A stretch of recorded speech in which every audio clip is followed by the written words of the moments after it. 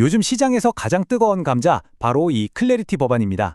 이게 뭐냐면요. 디지털 자산, 특히 달러랑 연동되는 스테이블 코인에 대한 명확한 법적 기준을 만들어주는 건데요. 전문가들은 올해 안에 통과될 가능성이 아주 높다고 보고 있어요. 안녕하세요. 암호화폐 시장 요즘 정말 빠르게 변화하고 있죠? 이제는 단순한 투기를 넘어서 새로운 금융 인프라로 자리 잡고 있는데요. 과연 이 거대한 변화의 중심에 설 주인공은 누가 될까요? 오늘 저와 함께 그 가능성을 하나씩 파헤쳐보겠습니다. 자, 오늘 우리가 풀어야 할 가장 중요한 질문입니다. 비트코인 ETF로 시장의 문이 활짝 열렸잖아요. 그럼 이제 이 거대한 기관 자본, 이른바 진짜 돈은 과연 어디로 흘러가게 될까요? 바로 이 흐름을 읽는 게 앞으로 시장의 판도를 예측하는 가장 중요한 열쇠가 될 겁니다. 미래를 알려면 현재 가장 큰 변화의 바람이 어디서 부는지부터 봐야겠죠? 바로 규칙의 변화입니다. 특히 미국에서 논의 중인 법안 하나가 암호화폐 시장 전체의 지각 변동을 일으킬 준비를 하고 있습니다. 요즘 시장에서 가장 뜨거운 감자, 바로 이 클래리티 법안입니다.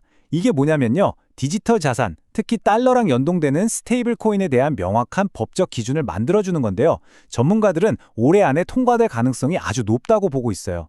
이건 마치 거대한 기관 자본이라는 댐의 수문을 활짝 여는 신호탄 같은 거라고 보시면 됩니다. 자, 그런데 여기서 정말 흥미로운 포인트가 있어요. 이 어마어마한 돈이 한순간에 확 들어오는 게 아니라는 겁니다. 전문가들은 이게 아주 뚜렷하게 두 번의 파동을 그리면서 순서대로 진행될 거라고 예측하고 있습니다. 보시는 것처럼 자금 유입은 크게 두 단계로 나뉩니다. 첫 번째는 뉴스 기반 파동이에요. 법안 통과 같은 뉴스에 아주 발빠르게 움직이는 헤지펀드 같은 좀 공격적인 자금들이 먼저 싹 들어오는 거죠. 그리고 그 뒤를 이어서 법과 제도가 완전히 자리를 잡으면 훨씬 더 거대하고 묵직한 돈, 그러니까 연기금이나 대형은행 같은 진짜 큰 손들이 움직이는 구조적 파동이 시작될 거라는 겁니다. 그렇다면 이 거대한 기관 자금의 물결, 대체 어디로 향하게 될까요? 현재까지 나온 모든 증거들을 종합해보면요. 압도적으로 딱 하나의 핵심 인프라를 가리키고 있습니다. 이 숫자들이 모든 걸 말해주죠. 기관들이 실제 금융활동을 하려면 꼭 필요한 게 두 가지가 있거든요. 하나는 안정적인 가치를 지닌 스테이블 코인, 또 하나는 전통 금융을 대체할 디파이 시장인데요. 이 두 분야에서 이더리움이 이미 절반이 넘는 거의 압도적인 지배력을 보여주고 있어요. 기관 투자자 입장에서는 가장 안전하고 가장 검증된 선택지인 셈이죠. 그런데 말이죠. 이렇게 잘 나가던 이더리움한테도 지난 2년 동안 투자자들을 불안하게 만들었던 치명적인 약점이 하나 있었습니다.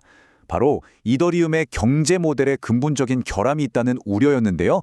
이게 한동안 가치 상승의 발목을 꽉 잡고 있었죠. 바로 이 그림이 그 문제와 해결책을 아주 잘 보여줍니다. 왼쪽이 과거 모델이에요. 비유하자면 이더리움이 고속도로를 깔아놨는데 정작 그 위에서 장사하는 휴게소, 즉 레이어 2들이 돈을 다 벌어가는 구조였어요. 말 그대로 남 좋은 일만 시킨 셈이죠. 근데 오른쪽의 새로운 모델을 보세요. 이제는 휴게소들이 벌어들인 수익의 일부를 고속도로를 유지하고 발전시키는 데 쓰도록 구조가 바뀐 겁니다. 즉 생태계 전체가 성장할수록 이더리움 자체의 가치도 함께 올라가게 된 거죠. 바로 이 결정적인 변화가 기관들의 마음을 다시 돌려세운 한 수였습니다. 자, 이제 고속도로는 정해졌습니다. 그럼 이제 기관들은 그 위에서 실제 금융활동을 하기 위한 아주 전문적인 도구들이 필요하겠죠. 바로 이 지점이 스마트머니가 지금 주목하고 있는 진짜 알트코인 시장입니다.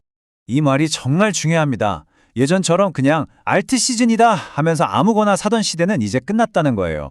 오늘날 프로젝트가 성공하려면 그래서 이게 정확히 어떤 문제를 해결하는데 이 질문에 명확하고 필수적인 답을 내놓을 수 있어야만 합니다.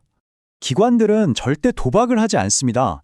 비유하자면 이미 도로, 전기, 숙련된 인력이 다 갖춰진 도시에 공장을 짓고 싶어 하죠. 코인도 마찬가지예요. 오랫동안 안정적으로 운영돼서 이미 검증이 끝났고 자산 규모도 크고 유동성도 풍부하고 그 안에서 할 수 있는 게 많은 마치 테마파크 같은 생태계를 찾는 겁니다. 바로 이 표가 기관들이 찾는 금융 도구 세트라고 할 수 있습니다. 이건 그냥 코인이 아니라 새로운 금융 시스템을 돌리는데 없어서는 안 될 필수 부품들이에요.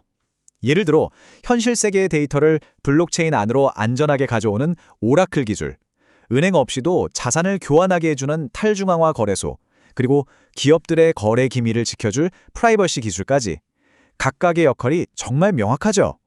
자, 지금까지의 내용을 모두 이해했다면 우리의 투자 전략은 어떻게 바꿔야 할까요? 핵심은 이겁니다. 자산의 성격에 딱 맞는 올바른 전략을 구사하는 것.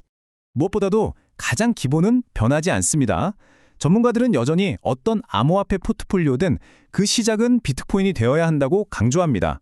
시장 전체를 떠받치는 가장 든든한 초석이니까요.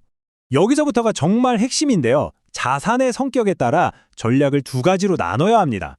비트코인이나 이더리움처럼 이미 그 가치가 증명된 기초 자산들은요, 마치 적금 붓듯이 꾸준히 사 모으는 장기 적립식 투자가 효과적입니다. 반면에 체인링크나 유니스왑처럼 아직 자신의 가치를 계속 증명해 나가는 과정에 있는 툴킷 알트코인들은 좀 달라요.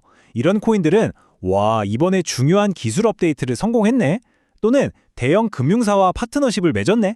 같이 확실한 성과가 나올 때마다 단계적으로 분할해서 투자하는 전술적인 접근이 필요하다는 거죠. 이 질문으로 오늘 이야기를 마무리하려고 합니다. 지금 여러분의 투자 포트폴리오를 한번 열어보시고 스스로에게 질문을 던져보세요. 나는 단순히 오르내리는 가격에 투자하고 있는가? 아니면 미래 금융 시스템을 만들어가는 이 거대한 인프라 그 자체에 투자하고 있는가?